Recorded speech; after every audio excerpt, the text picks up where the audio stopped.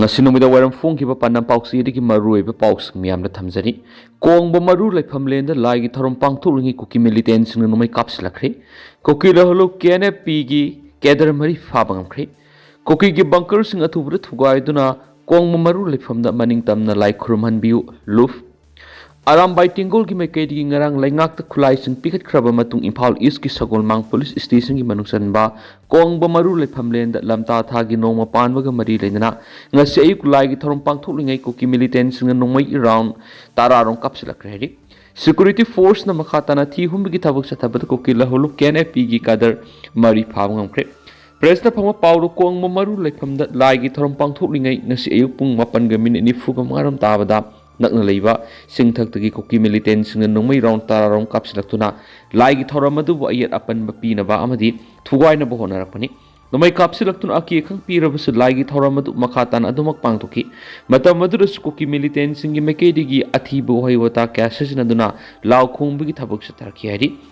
nomai kapsilakpagi pau phangmaga mapamadu Imphal East ki additional SP law and order na lusungduna Manipur police amadi CRPF ki apunba kangbu ama laigi thorom pangthok phamda yauslaki loinana combined force ki mekedi su khudakta handuna nongmai round kya kapaga loinana mapamadu ki akoi bira thi humba ki thabak sinjataki Kangpokpi district police samaga taraga manga suba CRPF battalion ki kangbu amasu ASP Kangpokpi ki paukta makhada thi humba ki thabak sataki madura United People's Front UPF ki makhada leiriba a militant group KNFP ki kedar mari phamangki Faraba KNP gi kedar mari eduri Faisal village tagi Lungok sem kipgen sai kunga mapana pokpa khaiko hau kipgen Ebenezer village tagi Letmilal kipgen sai kunga manga Satmilun tu boy sai kunga mari apokpa Lasmang tu boy amasum Loang Sanggol village tagi Thangolun kilong sai kunga mari apokpa Sonkho thang kilong haiba khangmangkre Makoy masana KNP gi kedar ni amadi Gogo Kipgen Allies Zamin Kauba Amagi Makhada Order gi matung ina ngasigi numai kapsin bagi thawong du sadakibani haina su phungdok sari hari Faraba kedar mari Kangpokpi police station na sinakibaga loinana makhogi mathakta case malokotuna thigatpagi thabak sa thakre haina su pawsna report tawri amaromdana Kuki gi Bangkar sing atubra thugaiduna kongma maru lepham da maning tamna lai khurum hanbiu luf kongma maru lepham len gi mathakta lairiba hill range Wakan Hill Range, Kongba Maru Hill Range, Kuki gi Bangkar nifu hen saribasi atuba matamna thugaiduna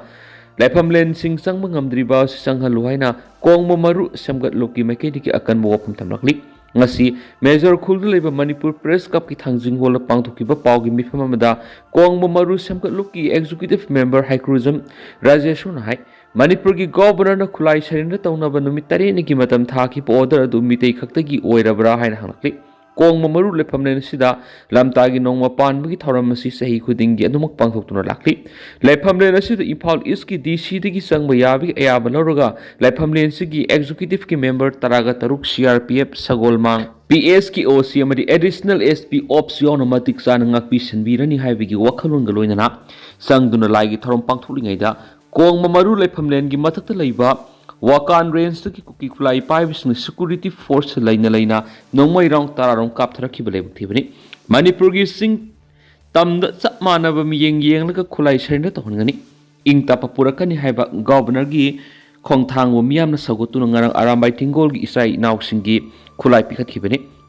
BBF ki maikay su kulay ki ama sender tawduna cooperation piki adobo kulay sender tawna banu mitari ani ki matam tha ki ba governor ki order du mitai khakte ki oira bra haina governor da hangbaga loinana housing Manipur popular government ama leibanati PR thamduna central government na laingak libani maram aduna athuba matamda central government na sab sabe action lokotuna lepham singi mathakta lairiba Mark Hills range Kongba Maru Hill range Wakan Hill range ta Kuki gi Bangkar nifu hen saribu thugaibu mitei gi toan mafamda leiriba Kongba maru thangjing kaubru gi lepham len singbu sangba yadana leiriba sangba yanabi gi sapsab security piduna ngak senduna thambiyoiki Manipur miyamna lepham sing asibu maning makhatam lai khurumbi gi ayaba phangalo hanisu pangna makhataki nakalamoromda pawgi mifamadu saruk yakhiba lepham len sigi matam sangnadagi thogai tawduna lakpa lusing purel arambam ningthem zawna phungdokibda ꯍꯥꯏꯔꯤꯕ ꯂꯩꯐꯝꯂꯦꯟ ꯑꯁꯤ ꯃꯩꯗꯤꯡꯉꯨ ꯈꯥꯒꯦꯝꯕꯒꯤ ꯃꯄꯥ ꯃꯣꯡꯌꯥꯝꯕꯒꯤ ꯃꯇꯝꯗꯒꯤ ꯂꯩꯔꯛꯂꯕ ꯀꯣꯡꯕꯨ ꯃꯔꯨ ꯂꯩꯐꯝꯂꯦꯟꯅꯤ ngasi nongma panbaga mari lainana laigi tharom taunaba thauranglingeida kukisina nomai kapsilakpa sitasingna lebuk thibani mari lainabasingna ningthina ngak senbiduna laigi tharom tohonbiyo aiki amaromdana Amit Shah na Hayeng Manipur gi security gi phibam yengsingadari Manipur gi hauzik oiriba security gi phibam Union Home Minister Amit Shah na yengsilagani hari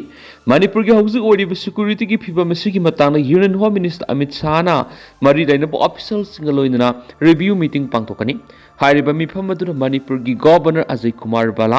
Manipur लेंगाकी मकोक थोंबु official सिंग अमदी paramilitary force सिंग sir ग्यागने Hari असिगुमा मखल की मिफम पांगथोकदोरिबसि Manipur personal rule लाखरबा मतुंग Ahaan बोइना पांगथोकदबनि अमरोमदा मिफम अस यावरनबा ngasi Manipur की governor Ajay Kumar बाला दिल्ली की दमक Imphal थादोखरे Hari पनबि याबदि armoury सिंगदगी लुट तौखिबा खुलाय अमदि लोगी वांगबदा पाइरिबा खुलाय सिंग surrender तौबिगी अरोइबा मतम ngarang loikraba matung ngasi governor na makatana March 3 ki nungthil pung mari phawba khulai sing serna tawranaba matam amu hana sangdokhibani amaromdana tangai phadana loina bigi haksang lawbani hospital gi yasinaba leite mapuroiba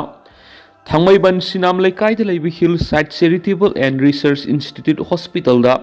laikhidabi tha mapan gi napurebi ngangba mongbi devla gi haksang ngasi lawduna aroiba mathom mangam pangtokre amaromda laikhidrabi ki mapureiba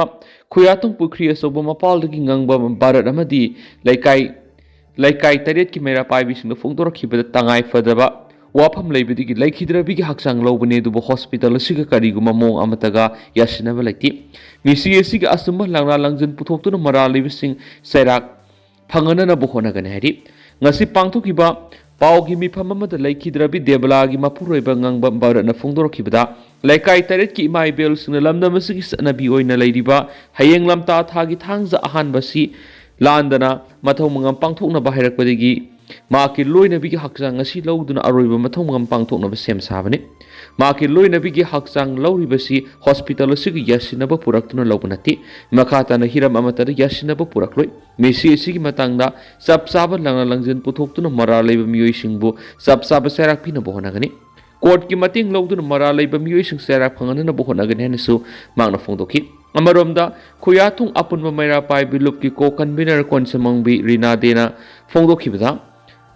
मिसी की मतंग लेंगा की मेकेरी की सब साब थबक लखोतुना मरा लेबिसिंग फानबा थबक लखोलक्त्रबदि court की मतिंग लौरगा असुम बोयल फोंगना बोहनागनि लेंगा की हॉस्पिटल थबक तौरिबा डॉक्टर अमना लनाई हॉस्पिटल अमदसु थबक तौरंबा सिलेबक थिबनि डॉक्टर अमा ओइरगा मखोइना अपांबा पंगतोक तौबि याब्रा हानगी हेल्थ मिनिस्टर ओइरम डॉक्टर सपम रंजन लेंगा की हॉस्पिटल थबक तौरिबा डॉक्टर ना लनाई हॉस्पिटल सु थबक पुदुना अनि थोकना थबक तौबा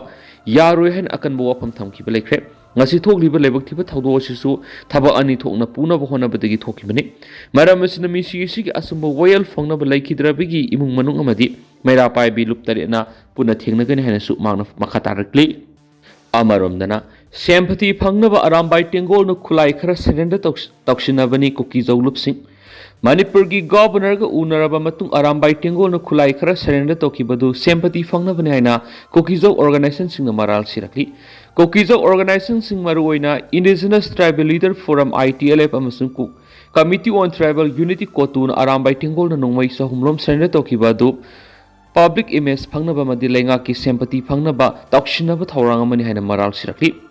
ITLF अमसुम कोतु वरिना पुन थादरक पसियोलमन हाय इम्फाल बेली दगी नोंमई लिसिंग तरुक लोमलु तौखिबगी मनुंग आरामबाई टेंगोल न सुमनगी नोंमई सानिगनि फुगु तरुक सरेंडर तौखिबसी अपुनबा लुट तौखिब नोंमई मसिंगी सादा मंगारोमदनि मरमसिना मखोइना सरेंडर तौरिबदु सिंपैथी अमदि लेजिटिमेसी फंगनबा थौरांग अमनि मणिपुर की गवर्नर उनरबा मतुंग सरेंडर तौरकपा असिना मखोइगी असेंबा मोटिवेशन अदु मयेक सेंगना ताकली हारि कोकिजो कम्युनिटी की मियोई सनीगा कुंथ्रा हेना हाटखिबदुगी टेक्साक आरामबाई टेंगोल न पुगदबने हाइना मराल सीबग लोइना कोकिजो की ओइबा सेपरेट एडमिनिस्ट्रेशन में लहनगदबनी हाइनसु डिमांड तौरी गवर्नर अजय कुमार बालाना खुलाई सरेंडर तौनब नुमित तरेनी मतम थाखिबदुगी अरोइब नुमिता आरामबाई टेंगोल न ngarang अहानबा मणिपुर राइफल्स बटालियन नोंमई सनीगा निफुगु तरु सरेंडर तौखिबने गवर्नर अजय कुमार बालाना थासिगी कुना सिरोल मथोक्तु नुमित तरेनी गी मनुंगदा लुट तौखिब नुमई सिंग सरेंडर तौरकनबा मतम थाखिबने ꯍꯥꯏꯔꯤꯕ ꯃꯇꯝ ꯑꯁꯤꯒꯤ ꯃꯅꯨꯡꯗ ꯁꯔꯦꯟꯗꯔ ꯇꯧꯔꯛꯇ꯭ꯔꯕ ꯑꯗꯨꯒ ꯁꯦꯀ꯭ꯌꯨꯔꯤꯇꯤ ꯐꯣꯔꯁꯅ ꯑꯣꯄꯔꯦꯁꯟ ꯆꯠꯊꯕ ꯃꯇꯝꯗ ꯊꯦꯡꯅꯕ ꯌꯥꯎꯔꯕꯗꯤ ꯃꯈꯣꯏꯒꯤ ꯃꯊꯛꯇ ꯂꯣꯒꯤ ꯑꯣꯏꯕ ꯑꯀꯟꯕ ꯊꯕꯛ ꯂꯧꯈꯠꯀꯅꯤ ꯍꯥꯏꯅ ꯐꯣꯡꯗꯣꯛꯈꯤꯕꯅꯤ꯫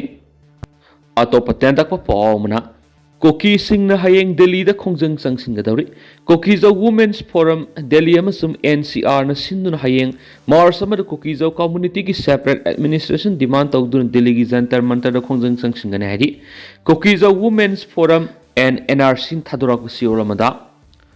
ꯃꯥꯏꯅꯣꯔꯤꯇꯤ ꯀꯨꯀꯤꯖꯧ ꯇ꯭ꯔꯥꯏꯕꯦꯜꯁꯤꯡꯒꯤ ꯑꯣꯏꯅ ꯏꯟꯗꯤꯌꯟ ꯀꯟꯁꯇꯤꯇ꯭ꯌꯨꯁꯟꯒꯤ ꯃꯈꯥꯗ ꯂꯦꯖꯤꯁꯂꯦꯆꯔ ꯌꯥꯎꯕ ꯌꯨꯅꯤꯌꯟ ꯇꯦꯔꯤꯇꯣꯔꯤ ꯑꯃ ꯑꯊꯨꯕ ꯃꯇꯝꯗ ꯁꯦꯝꯒꯗꯕꯅꯤ ꯍꯥꯏꯅ ꯁꯦꯟꯇꯔꯗ ꯗꯤꯃꯥꯟ ꯇꯧꯕꯒ ꯂꯣꯏꯅꯅ ꯑꯔꯥꯝꯕꯥꯏ ꯇꯤꯡꯒꯣꯜꯒꯤ ꯏꯂꯤꯒꯦꯜ ꯁꯦꯇꯔ ꯑꯣꯐ ꯗꯤꯃꯥꯟꯗ ꯃꯅꯤꯄꯨꯔꯒꯤ ꯒꯣꯚꯔꯅꯔꯅ ꯑꯌꯥꯕ ꯄꯤꯈꯤꯕ ꯌꯥꯅꯤꯡꯗꯦ꯫ ꯁ꯭ꯇꯦꯠ ꯑꯥꯔꯃꯔꯤ ꯑꯃꯗꯤ ꯄꯨꯂꯤꯁ ꯁ꯭ꯇꯦꯁꯟꯗꯒꯤ ꯂꯨꯠ ꯇꯧꯈꯤꯕ ꯑꯣꯇꯣꯃꯦꯇꯤꯛ ꯋꯤꯄꯟ 6,000 ꯍꯦꯟꯕꯅ ꯀꯨꯀꯤꯖꯧꯁꯤꯡꯒꯤ ꯃꯊꯛꯇ ꯆꯠꯊꯈꯤꯕ ꯑꯦꯇꯦꯛꯀ ꯃꯔꯤ ꯂꯩꯅꯕ ꯀꯦꯁꯁꯤꯡ CBI ꯑꯃꯁꯨꯡ NIAꯅ ꯂꯧꯈꯠꯄ ꯉꯝꯗꯕ ꯌꯥꯅꯤꯡꯗꯦ꯫ ꯑꯃꯁꯨꯡ ꯗꯦꯕꯤꯠ ꯊꯦꯛꯄꯨ ꯍꯥꯠꯄꯗ ꯆꯦꯟꯅꯕ ꯀꯨꯝꯕꯤ MLAꯒꯤ PRO ꯃꯥꯏꯔꯦꯝꯕꯝ ꯔꯃꯦꯁ ꯑꯃꯁꯨꯡ ꯁꯟꯁꯝ ꯄ꯭ꯔꯦꯝꯆꯟꯗ꯭ꯔ CBI NIAꯅ ꯐꯥꯒꯗꯕꯅꯤ ꯍꯥꯏꯕ ꯗꯤꯃꯥꯟ ꯇꯧꯗꯨꯅ ꯈꯣꯡꯖꯪ ꯑꯁꯤ ꯆꯪꯁꯤꯟꯒꯗꯕꯅꯤ ꯍꯥꯏꯅꯁꯨ ꯄꯥꯎꯁꯤꯗ ꯐꯣꯡꯗꯣꯔꯛꯂꯤ꯫ Manipur University ki gate number 1 ga naknana layriba Kyamgai maning laikai de laiba Venetia Boarding and Tutorial Center की अनोख एकेडमिक सेक्शन 2025-2026 की एडमिशन फॉर्म थाजबा होसरे। Class 5 tiki Class 10 फावगी तमलेबा महाइरोई नुपा मचा सिंखकते की ओइबा बोर्डिंग असिदा थंबीदुना एक्सपीरियंस लेरबा ओजासिंगी गाइडेंस की मखादा अदोमदोंगी इसासिंगबु असंगबु खुनायमगी असंगबा युम्बी अमगी दमा होटनजबगी खुदोंचाबा सिलोबी हौ हेन नुंगाइबा पावमना standard robot catholic premier English academy MI academy नसिंगबा छात्र सिंगिदमक मफम चारबा बोर्डिंग असिदा फ्री ऑफ कॉस्ट दा गेम की सर्विस थमजरी लोइना लोइना CCTV कैमरा ना सिक्योर तौरबा कैंपस असिदा एकेडमिक ता नतना